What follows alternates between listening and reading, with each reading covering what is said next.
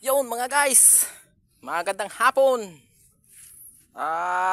Dito ay umulan, kakatapos lang ng ulan pero hindi naman ganun kalakas at hindi naman ganun katagal. So, saglitan lang. Kaya basa tayo kasi nga ayan oh, nag-harvest tayo. Pagkaraming saging. Yan. Oh, sana linggo-linggo ganyan. Naku, matutuwa tayo ng gusto niyan. So sa inyo ba guys, pag na-harvest kayo ganito din? Bago pa lang po ngayon nagabalikan yung aming saging sa pagganda ng bunga kasi nga po ngayon pa lang po nakabawi ng maganda gawa nung nakaraang tag-init pa.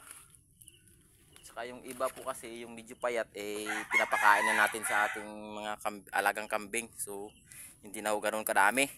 Ayan po. Kasi yung pinakapaborito ng ating kambing ay ang saging. Ayan. So dito dati ang daming puno ng saging dyan, makapal. So ngayon nilinis ko kasi nga nilagyan na natin ng kambingan tsaka para makita mula sa kubo kung anong dyan. So yan ay medyo malinis na dyan. Lalagyan natin ng solar para kitang kita doon. So yun po, medyo malinis na rin kasi nga po yung mga payat na saging ay ating kinukuha na ng dahon at pinapakain sa ating mga alagang kambing. Kasi meron po tayong nasa kulungan nadalhan na po natin ng pagkain.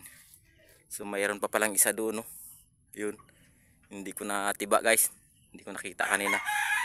Yun lang. Ipin-update ko lang kung ganyong ang ating na-harvest ngayon. So yun. Sige guys. Maraming thank you. I love you all.